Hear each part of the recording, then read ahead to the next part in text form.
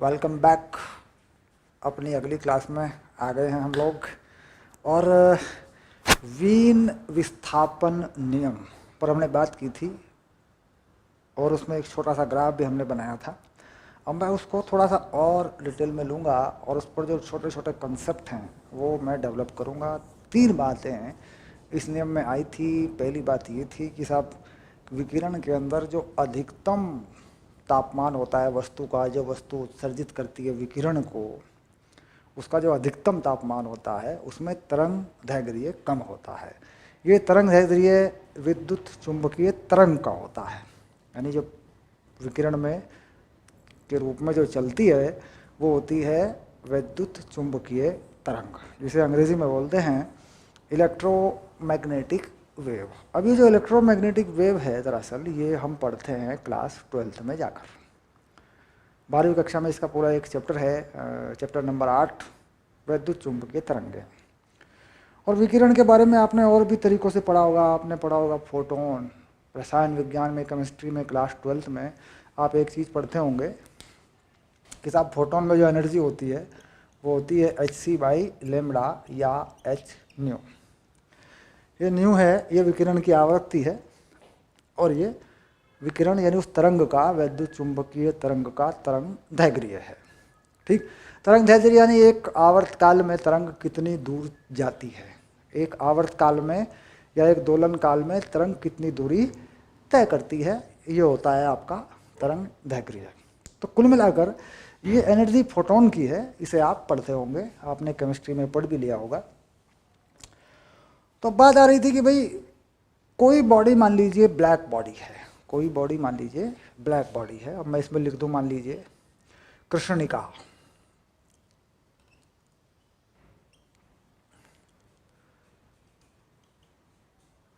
ऐसे ना, कृष्णिका यानी ब्लैक बॉडी।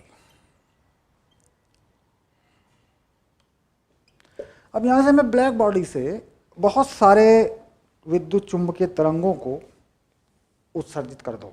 ठीक है, तो क्या करते हैं, मान लीजिए 3 विद्युत चुंबकीय तरंगों को हम ले रहे हैं कि साहब ये उत्सर्जित हो रही हैं ऐसे। ये मैंने देखो 3 तरह के ले लिए और इसमें मैंने कहा भाई ये जो विद्युत चुंबकीय तरंग है इसमें है, इसका तरंग दैर्घ्य λ1 है, इसका λ2 है और इसका λ3 है।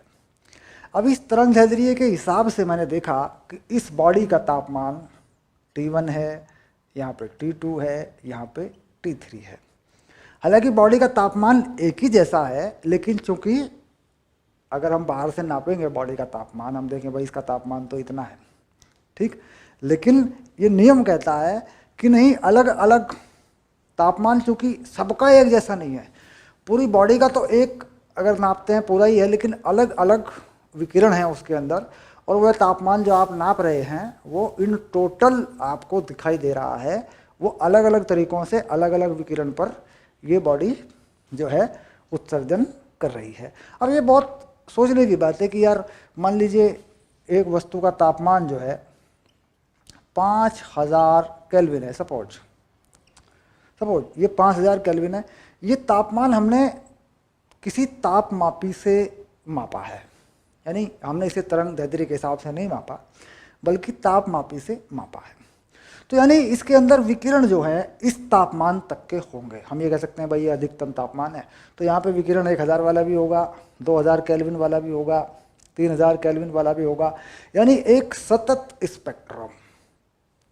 लेकिन तापमान बाहर से देखने पे कितना है, 5000 है। तो ऐसा होता है सर एक बॉडी में 2 तापमान कैसे हो सकते हैं, एक बॉडी में 2 तापमान कैसे हो सकते हैं। देखिए बात यह है कि किसी भी बॉडी का जो हम तापमान नापते हैं या मापते हैं बाहर से, वो टोटल जो प्रभाव है वो हमें दिखाई देता है। थर्मोमीटर है या कोई भी ऐसा मापने वाला कोई मापक यंत्र है, उसका जो प्रभाव है वो टोटल हमें बता देता है कि भाई ये बॉडी इतने पे है। लेकिन हम देखते हैं कि भाई इससे जो विकिरण आ रहा है, तो ये जो विकिरण है मान लीजिए ये क्या बता रहा है, ये विकिरण के साथ इसका तापमान तो T2 है इस बॉडी का, ये क्या बता रहा है, T1 है। हम चाहते हैं कि यार सही तापमान क्या है, अधिकतम तापमान कितना है। वो अधिकतम को ही हम सही मानेंगे। मान लीजिए हमने कहा थर्मोमीटर से इस बॉडी का तापमान मान लीजिए 5000 केल्विन है, इस बात को समझना पड़ता है। तो ये क्या है, 5000 केल्विन, तो सब तो अधिकतम है भाई। थर्मोमीटर तो अधिकतम नाप देगा। थर्मोमीटर जो है या कोई भी ऐसी चीज़ है ताप मापने वाली, वो तो अधिकतम ही माप देगा। लेकिन विकिरण में क्योंकि सभी तरह के विकिरण हैं तो ये तापमान अलग अलग बताते हैं। ठीक, अब आगे बढ़ते हैं थोड़ा सा।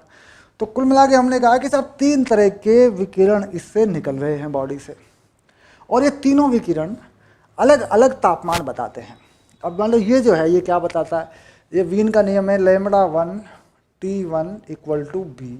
ये वीन विस्थापन नियम है, λT इसके बारे में हम बात कर रहे थे पिछली क्लास में। तो देखो ये कितना तापमान बताता है, ये तापमान बताता है λ1 हटा लो, यहाँ ले लो ये वाला, यानी यहाँ से T1 हमें ये पता चलता है कि भाई ये T1 है इस तरंग दैर्घ्य से। दूसरे वाली से कितना तापमान पता चलता है हमें, इससे पता चलता है B/λ2 है। और इससे क्या पता चलता है, इससे पता चलता है T3 B/λ3 है। तो ये 3 तापमान जो है हमें पता चलते हैं। इसमें सबसे अधिकतम जो तापमान होगा वो किसका होगा, जिसका तरंग दैर्घ्य सबसे कम होगा। सबसे कम तरंग दैर्घ्य होता है अधिकतम तापमान पर। पहली बात ये हो जाती है। ठीक, अब मान लीजिए इसमें हम कहते हैं कि साहब λ1 λ2 λ3, इसका मतलब हो गया सबसे कम जो तरंग दैर्घ्य λ1 पे है, तो तापमान को उल्टा करके लिख देंगे। अब लिख देंगे T1 T2 T3, ये हो गया देखो। ठीक, अब यानी इसी वस्तु से जो ये बॉडी विकिरण दे रही है, फैला रही है, जैसे मान लो सूर्य का ताप, चंद्रमा का ताप, है ना, तो हम क्या करते हैं कि कम से कम तरंग दैर्घ्य पता करने की कोशिश करते हैं। छोटी से छोटी तरंग दैर्घ्य इस बॉडी की क्या है जो इसमें से विकिरण आ रहा है, तो हम अंदाजा लगा लेते हैं उससे कि यार अधिकतम तापमान इसका इतना है। और वही अधिकतम तापमान हम नाप लेते हैं थर्मोमीटर से या और अन्य किसी यंत्र से। ठीक, लेकिन ये बात तब आती है जब हमारे पास यंत्र हो और हम उसे माप सकते हो जाकर। अब जैसे मान लीजिए हम सूर्य का तापमान जानना चाहते हैं, तो सूर्य पे जाके हम थर्मामीटर लेके नहीं जा सकते, हमें इन्हीं सब से काम चलाना पड़ेगा। हमें इन्हीं से अंदाज़ा लगाना पड़ेगा कि साहब सूर्य से आने वाली छोटी से छोटी तरंग दैर्घ्य क्या है और उसका तापमान कितना होगा। तो सूर्य की सतह का तापमान 6000 केल्विन के आसपास आता है, उसके हिसाब से वहाँ एक तरंग दैर्घ्य भी आती है। अब कोई लोहा जैसे हम गर्म करते हैं तो पहले वो लाल होता है, पीला होता है, फिर सफ़ेद हो जाता है। तो तरंग दैर्घ्य सबसे ज़्यादा, ठीक, किसमें सबसे ज़्यादा किसमें होगी, तापमान कम होगा, लाल रंग पे होगी। फिर धीरे धीरे धीरे तरंग दैर्घ्य घटेगी, तापमान बढ़ता जाएगा, यानी वो सफ़ेद रंग का हो जाएगा, वाइट हो जाएगा। ठीक, तो कुल मिला के जैसे जैसे और अगर गर्म करें और कुछ करें तो क्या होगा, लाल से बैंगनी की तरफ रंग बढ़ता है। बैंगनी रंग का तरंग दैर्घ्य सबसे कम होता है। कोई वस्तु जल रही है, तप्त हो रही है, उसमें कैसा रंग है, बैंगनी, बैंगनी रंग की ज्वाला। तो बैंगनी रंग की ज्वाला का तापमान या बैंगनी रंग का तापमान ज़्यादा होता है और सबसे कम लाल रंग का होता है। तो बात समझ में आ रही होगी तरंग दैर्घ्य के लिए ये चीज़ कैसे काम करती है।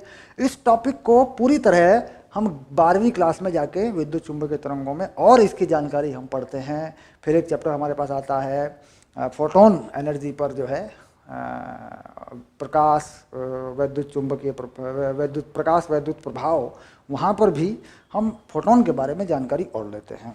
परमाणु में भी, नाभिक में भी हम इन चीज़ों के बारे में पढ़ते हैं। ठीक, तो फिलहाल हमने इतना, मतलब अभी हमने इतना कर लिया कि हमारा काम चल जाएगा 11वीं क्लास में। ठीक है, चलो आगे बढ़ते हैं। अब एक जानकारी तो ये हो गई साहब कि ये जो चीज़ है इस तरीके से आ गई। अब ये वीन का जो नियम है, वीन विस्थापन नियम, उसके हिसाब से हमने देख लिया। अब हम थोड़ा और आगे बढ़ते हैं।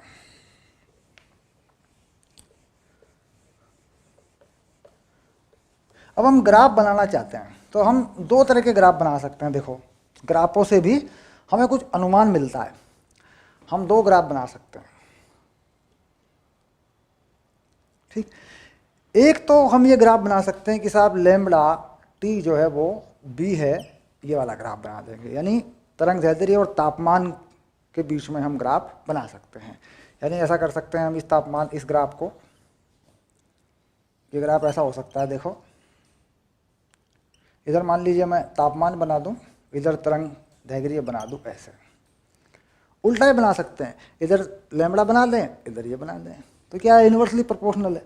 तो कुल मिला के ये इस तरह का ग्राफ है, ठीक। क्योंकि आप देख रहे होंगे कि मान लीजिए मैं टी को बनाऊं तो क्या लिख सकता हूं, टी हो गया बी बाई लैम्बडा, तो लैम्बडा जो है बढ़ता जाएगा, टी घटता जाएगा। सिंपल सा आरेख है, वैल्यू रख के, मान रख के भी बना सकते हो, ठीक। इसके बाद ऊर्जाओं का जो बंटवारा है, ऊर्जाओं का जो वितरण है, कोई भी बॉडी, कोई भी कृष्णिका जब विकिरण उत्सर्जित करती है तो उसमें जो कौन सी ऊर्जा किस मात्रा में होगी, इसका जो बंटवारा है वो भी दूसरे ग्राफ पे दिखाई देता है। अब यहाँ पे मान लेता हूँ तरंग दैर्घ्य के पदों में ऐसे, और यहाँ पे मान लेता हूँ मैं ऊर्जा, यानी इसे कहते हैं इंटेंसिटी, इसे कहते हैं तीव्रता,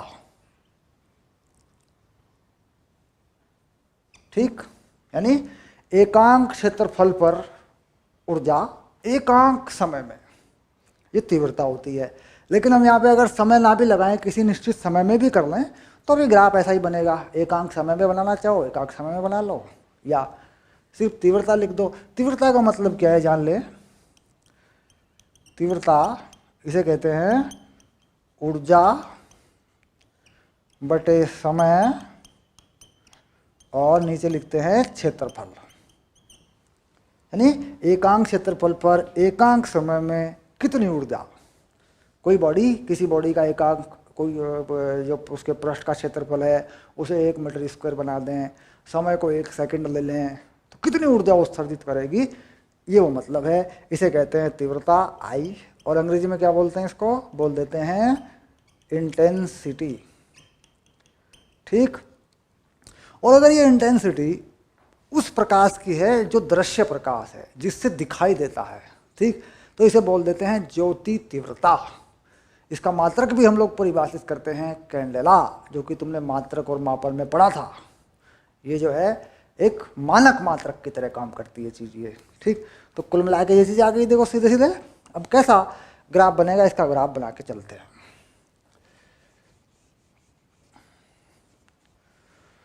तो नियम ये कहता है कि साहब अगर ज़्यादा तरंग दैर्घ्य वाला है तो कम तापमान है, तरंग दैर्घ्य ज़्यादा है तो तापमान कम है। लेकिन ऊर्जा की मात्रा विकिरण के अंदर, विकिरण ऊर्जा है मान लीजिए कोई, उसके अंदर उस ऊर्जा की मात्रा ज़्यादा होगी जो कम तापमान वाली है, यानी ज़्यादा तरंग दैर्घ्य वाली है। तो कुल मिला के अब मैं यहाँ 3 तरंग दैर्घ्य बनाता हूँ। देखो ये बन गया लैम्बडा 1, और ये बन गया लैम्बडा 2। एक और बना देता हूँ, मतलब ये समझने की बात है, इसमें कोई ज़्यादा झंझट नहीं है, थोड़ा सा लेन देन है बस, ऐसे। अब सबसे कम जो तरंग दैर्घ्य लैम्बडा 1 है, तो मैं यहाँ पर भी लैम्बडा 1 दिखा देता हूँ। देखो ये लैम्बडा 1 है, और ये लैम्बडा 2 है, और ये लैम्बडा 3 है, ठीक। और यहाँ पर बिल्कुल लैम्बडा 1 के साथ ऊपर यहाँ मैं तापमान दिखाता हूँ, ये T1 है, यहाँ पे दूसरा तापमान और कम हुआ, ये T2 है, यहाँ पे तीसरा तापमान T3 है। तो लैम्बडा T आ गए, यहाँ पे भी दिखा दिया मैंने। अब यहाँ पर मैं ऊर्जा दिखाता हूँ, कहता है यहाँ पे लैम्बडा 1 चूँकि सबसे कम है, ठीक। तो अधिकतम ऊर्जा रखने वाले, जो अधिकतम ऊर्जा की जो मात्रा है अधिकतम तापमान पे जो होगी वो यहाँ होगी, लेकिन उसकी मात्रा कम होगी। यानी ये ग्राफ कुछ इस तरीके का होगा, पतला ग्राफ होगा ऐसे, ठीक। यानी और ये जो इसका क्षेत्रफल है ये ऊर्जा की मात्रा को बताएगा, क्योंकि एकांक क्षेत्रफल पर है ये मात्रा, तो क्षेत्रफल से गुणा कर देंगे तो ऊर्जा की मात्रा हो जाएगी। अब दूसरा ग्राफ, चूंकि देखो तरंग दैर्घ्य बढ़ गया, तापमान गिर गया, कह रहा जी इसमें यही ग्राफ बनेगा ऐसा ही, ऐसी आकृति का, लेकिन ज़्यादा फैला हुआ होगा, उसमें ऊर्जा की मात्रा ज़्यादा होगी। तो यानी अगर यहाँ बनाए इसको थोड़ा सा करके, तो कह रहा है इसको इस तरीके से बना सकते हो, देखो ऐसे, ऐसे बना दो इसको, ठीक, डन। हाँ कोर्स आ जाए उसमें, देखो जा करके, ठीक है। चलिए 1 मिनट, सॉरी। तो कुल मिला के जब जब तरंग दैर्ध्य बढ़ेगा, इसका मतलब तापमान घटेगा, ठीक। तो उस तापमान पर जो ऊर्जा रखने वाले विकिरण होंगे पूरे विकिरण ऊर्जा के अंदर, तो उसमें ऊर्जा का मान बढ़ जाएगा। ये देखिए ऐसे ऊर्जा बढ़ जाएगी, ठीक। यानी अधिकतम ऊर्जा के विकिरण का हिस्सा कम होगा जो अधिकतम तापमान पर है उसका। बाकी जो ऊर्जाएं बढ़ेगी वो कम तापमान वाली वो बढ़ जाएंगी। अब थोड़ा और नीचे आ जाएं, यहाँ पे आ जाएं, इसका बनाएं, तो कह रहा इसमें तो भरपूर मिलेगी आपको, भरपूर मिलेगी। ऐसे देखिए इसमें आपको ऊर्जा ज़्यादा मिलेगी, ठीक। अब इस चीज़ को फिर से समझते हैं। मान लीजिए हमारे पास विकिरण ऊर्जा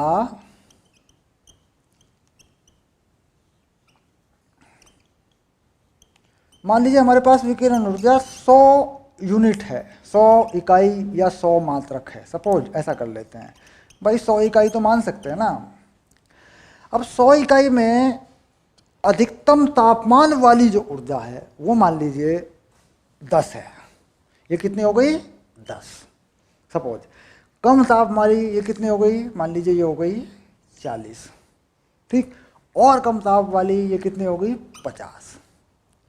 तो अधिकतम यानी कम से कम तरंग दैर्ध्य रखने वाले, अधिकतम तापमान रखने वाले ऊर्जा की मात्रा उसमें थोड़ी हो जाएगी। इसका मतलब सीधा हो गया कि मान लीजिए हमारे पास 3 रंग हैं, एक है लाल, एक है पीला, एक है बैंगनी। कह रहा बैंगनी होगा अधिकतम तापमान पर, तरंग दैर्ध्य होगी कम, और बैंगनी रंग की ऊर्जा रखने वाली जो तरंग दैर्ध्य है उसमें जो ऊर्जा की मात्रा है, यानी बैंगनी रंग में ऊर्जा की जो मात्रा है वह कम होगी, उससे ज़्यादा पीले वाली होगी, उससे ज़्यादा लाल वाली होगी। तो इस तरीके से होती है ये व्यवस्था, ठीक। तो ये है थोड़ा सा एक आइडिया, अनुमानित है ये, कोई गणित नहीं है। इस पे सूत्र वूत्र तो तुम्हारे इसी नियम पे लग जाते हैं, ठीक। तो ये वीन विस्थापन नियम किस तरीके से कृष्णिका में विकिरण की तरंग दैर्ध्य ऊर्जाओं के बंटवारे होते हैं, इस बात पर यह था। ये इसके 2 ग्राफ हैं, ठीक। इनको देखकर भी आसानी से समझ में आ जाता है कैसे बंटवारा हुआ ऊर्जा का। देखो लिख दिया मैंने, डन हो गया। आगे चलते हैं, ठीक है। अब आगे बढ़ेंगे, अगली चीज़ पर आएंगे अब, क्योंकि इसी पे तो अटके नहीं रहेंगे।